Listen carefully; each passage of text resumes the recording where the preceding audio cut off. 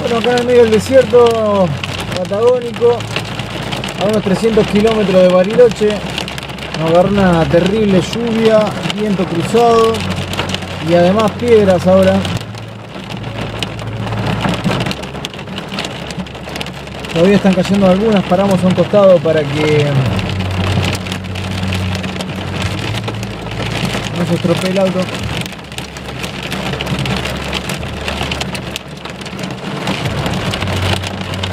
Ahí pudieron ver un rayo.